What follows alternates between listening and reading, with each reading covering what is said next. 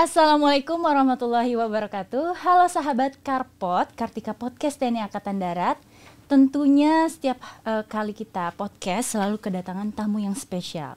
Dan kali ini tentu aja depan saya udah hadir Kopka Asmiadi. Beliau adalah Babinsa Sungai Dama dari Kodim Samarinda. Betul Bapak? Betul. Oke, Pak, apa kabarnya? Sehat? Alhamdulillah sehat walafiat. Alhamdulillah sehat. Sebelumnya kami berterima kasih Bapak sudah menyempatkan hadir ke podcast kami ya Pak ya. Saya juga terima kasih sudah diundang ke sini Pak. Oh sama-sama. Sama-sama. Justru saya jadi deg-degan nih mau wawancarain Bapak. Karena kita tahu dan saya sendiri menganggap Bapak ini heroik juga ya. Enggak juga. Enggak juga. Tapi di sini Bapak kita hadirkan karena viral. Ya. Karena viral kan Pak. Viral karena aksi Bapak ini mengurai kemacetan. Dan mengurai kemacetannya ini sampai harus menggadaikan motor. Betul. Nah itu Bapak bisa terpikir gak sih, wah aksi saya yang kemarin sampai viral gini kok bisa ya? Sempet gak Pak terpikir? Subhanallah, tidak pernah terpikir dan terbayangkan sampai segini boomingnya Mbak. Gak kebayang ya? Gak kebayang Mbak. Terbang ke Jakarta ini? Demi Allah gak pernah terpikir akan sampai ke Baru ini masuk ke Mabes Satu ya, Masya Allah.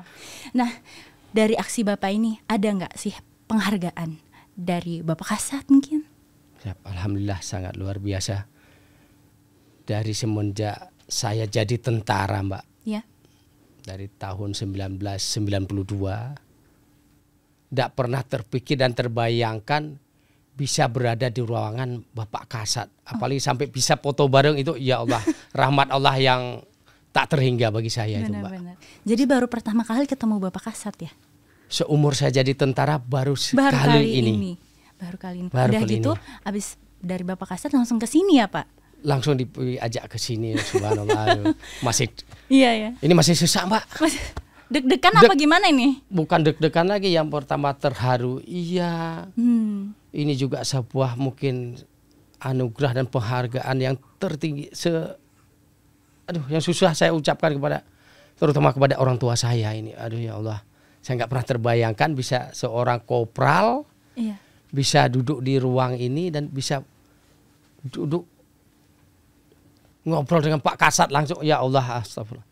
Subhanallah, luar biasa ini Mbak. Dan semua ini karena keikhlasan dari aksi Bapak.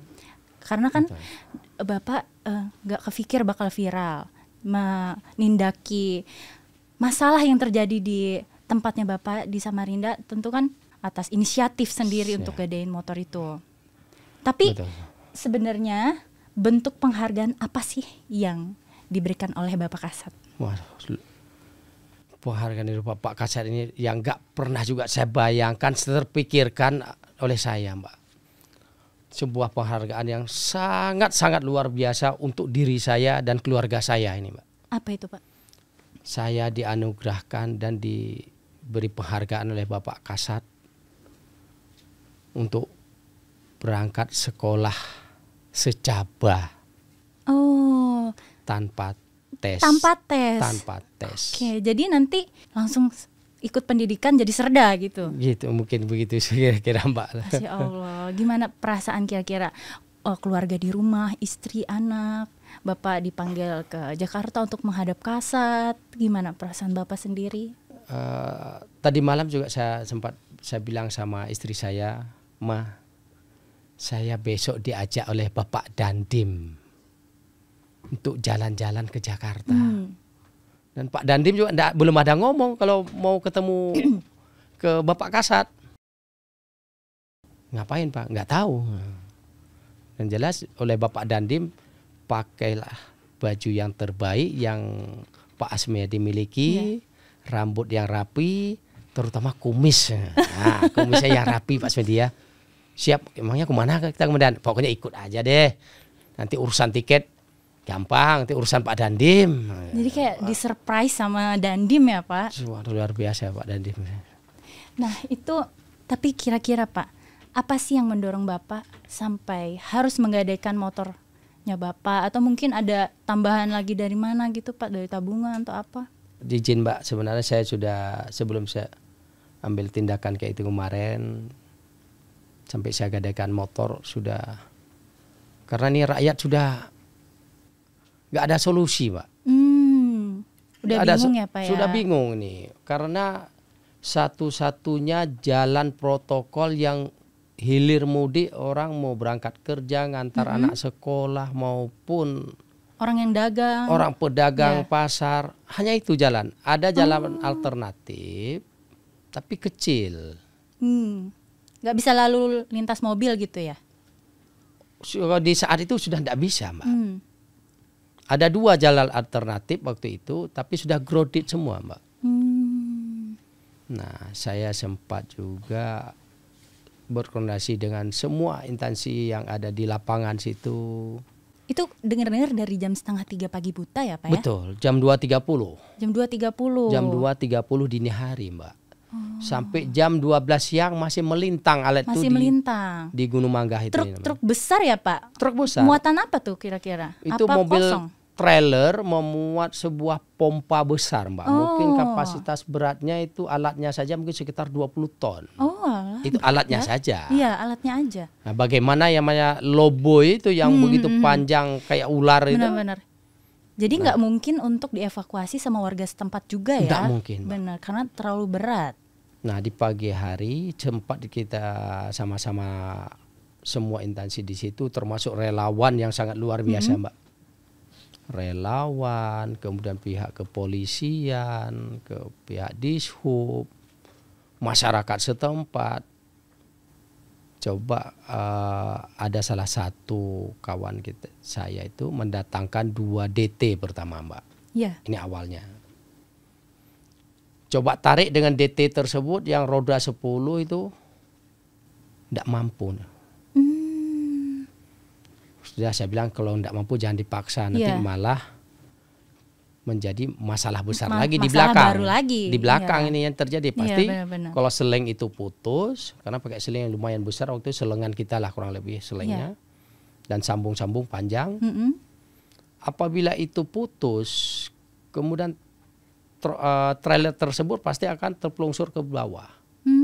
Itu posisinya tuh tikungannya agak menanjak atau menurun? Oh, menanjak menurun. Tikungan itu menanjak. Dan di samping tebing-tebing itu adalah rumah warga. Wah, bahaya juga kalau sampai merosot lama-lama di situ ya. Saya sempat komunikasi dengan supir. Pir, coba kamu telepon perusahaan pengguna jasa maupun perusahaan yang pemilik alat ini. Namun waktu itu karena mungkin cuaca juga hujan, Mbak, mulai subuh, masih lost kontak ini. Saya bilang sama supir, teruskan Pir, sampai kamu bisa tembus, saya ingin bicara. Nah, tapi tidak lepas dari itu juga saya sudah, habis itu saya telepon Pak Dandim, waktu itu juga Pak Dandim, kalau nggak salah masih dalam perjalanan, baru habis dipanggil oleh, kayaknya habis kumpul di Sentul di Bogor dengan Pak Presiden, saya laporkan kejadian itu. Jadi petunjuk Pak Dandim, Pak Asmiadi, kalau memang itu untuk kebaikan dan bermanfaat untuk masyarakat banyak, jangan kendor. Insya Allah Pak Dandim akan bertanggung jawab. Nah, waktu itu saya belum lapor nih, saya mau gadai motor. Oh, belum. Terus saya tetap komunikasi. Iya. Saya suruh supir, terus jangan kendor. Saya juga koordinasi dengan pihak kepolisian. Di situ ada instansi lain, semua adalah. Ada ikut membantu serta ya. Di situ. Dan karena amanah Pak Dandim tadi untuk kebaikan Pak Asmedi jangan kendor. Terus semangat Pak Asmedi. Nah, cukup terima kasih juga saya sama Pak Dandim ini selalu mensupport walaupun beliau dalam perjalanan. Saya juga nggak tahu apakah kayaknya masih dalam perjalanan karena beliau dari Sentul ini, dari Jakarta. Saya coba karena nggak ada solusi. Saya pikir gini, ini apabila dipaksa tarik akan mengakibatkan lebih fatal. Nah, disitulah muncul ide, wah ini harus ada sebuah alat berat. Nah, si kawan-kawan yang ada di lapangan, sopo sing bayar. Mahal kan, karena untuk itu perlu duit sewa besar. Alat berat itu, benar. Nah, Saya coba temuin salah satu hamba Allah di Pasar Sungai Dama itu, kawan saya. Dengan ini saya tidak ada pegang uang cash, mungkin di dompet mungkin sekitar 7.000 atau 10.000 nih, jujur aja Mbak. Sampai makan siang pun belum ini. Iya, iya. Namun si hamba Allah ini yang nggak mau disebutkan namanya, saya datangin, saya sampaikan begini, gini. Saya ingin membantu rakyat. Namun saya tidak cukup uang, dan di dompet pun yang ada cuma sekitar 7 atau 10.000 awalnya itu Mbak. Iya. Si hamba Allah ini juga sangat proaktif sekali juga, karena dia juga sangat kenal siapa saya, bagaimana saya dengan di daerah situ, karena itu wilayah binaan saya juga, termasuk beliau itu adalah masuk dalam warga binaan saya juga. Nah, 10 juta, iya, saya bilang. Saya perlu uang 10 juta. Saya ini punya sepeda motor Beat, walaupun ini punya istri saya jaminkan dulu, saya bilang untuk sampean. Terserah sampean mau saya anggap saya gadaikan, ya terserah, ataupun ini saya titipkan, ya ini kunci kotak, itu motornya. Saya gitu kan. Oh gitu. Nah, jadi motornya itu sebenarnya dari hamba Allah temannya Bapak Asmiadi itu. Bukan, untuk uangnya. Diuangkan. Uang motor saya, istri saya yang pakai. Uang dari hamba Allah ini tadi. Oh gitu. Iya, jadi iya. orang total bilang, jadi.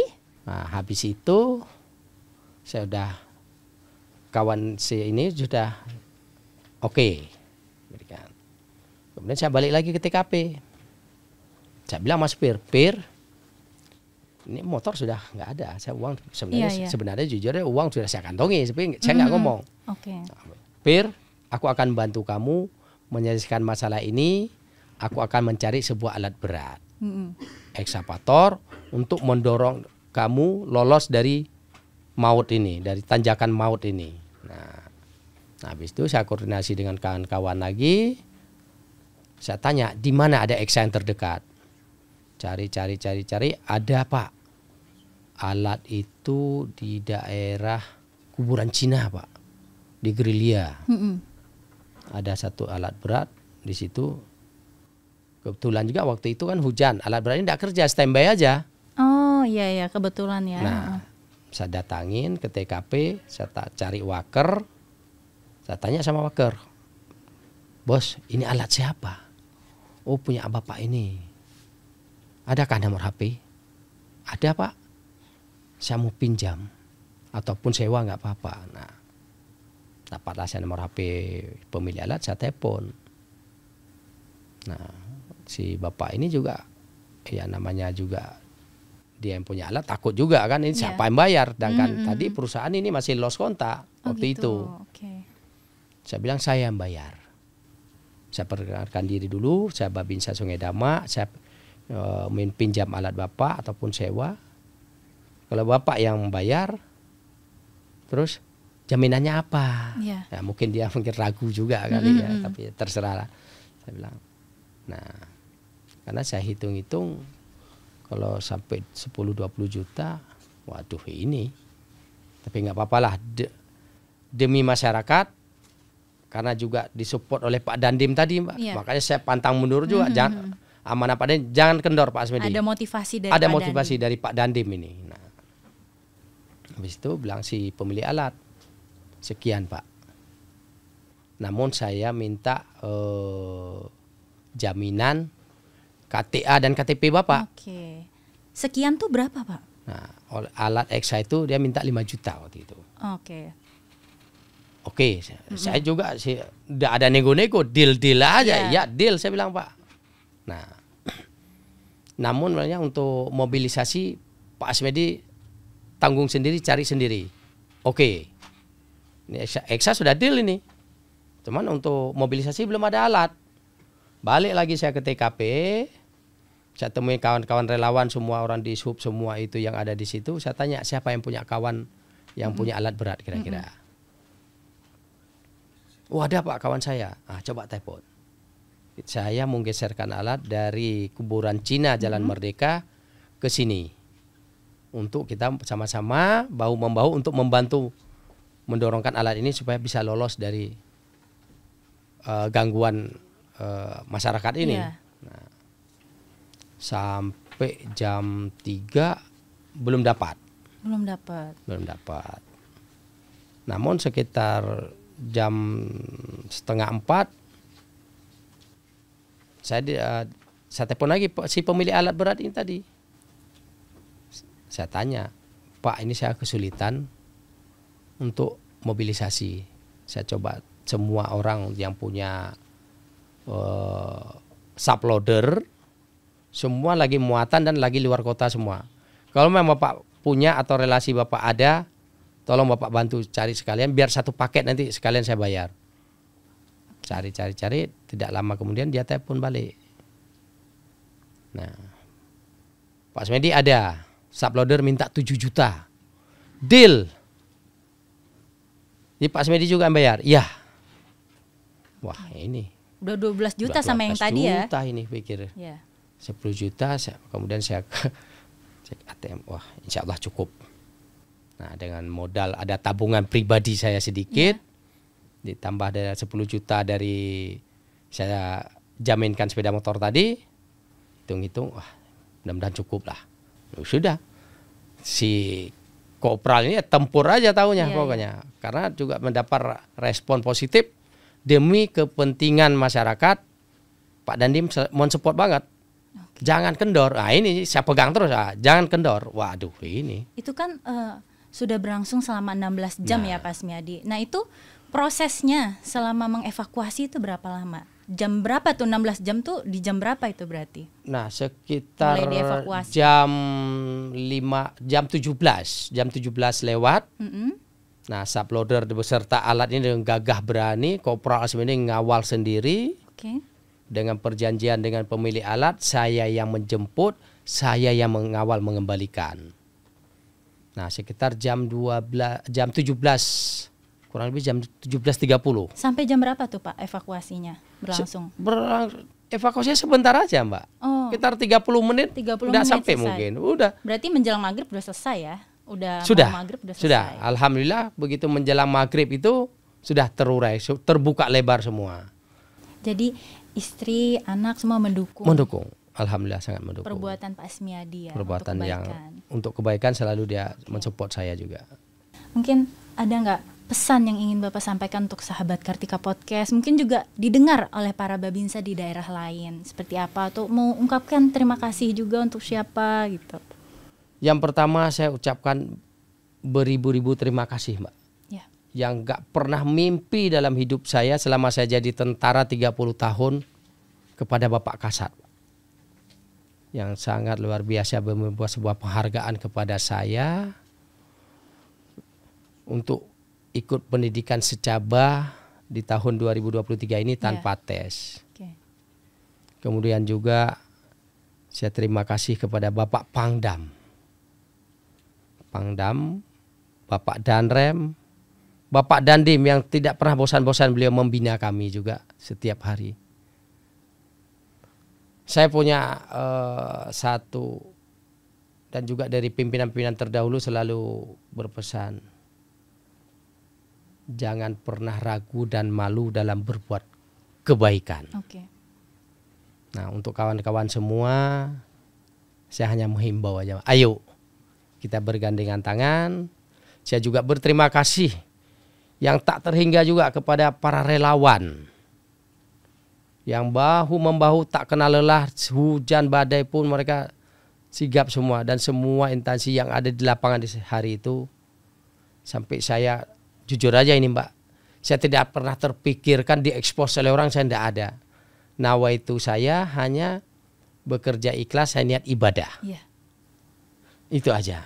Kemudian tahu-tahu kok booming sampai hari ini saya bisa duduk di sini, bisa berjabat tangan langsung dengan Bapak Kasat.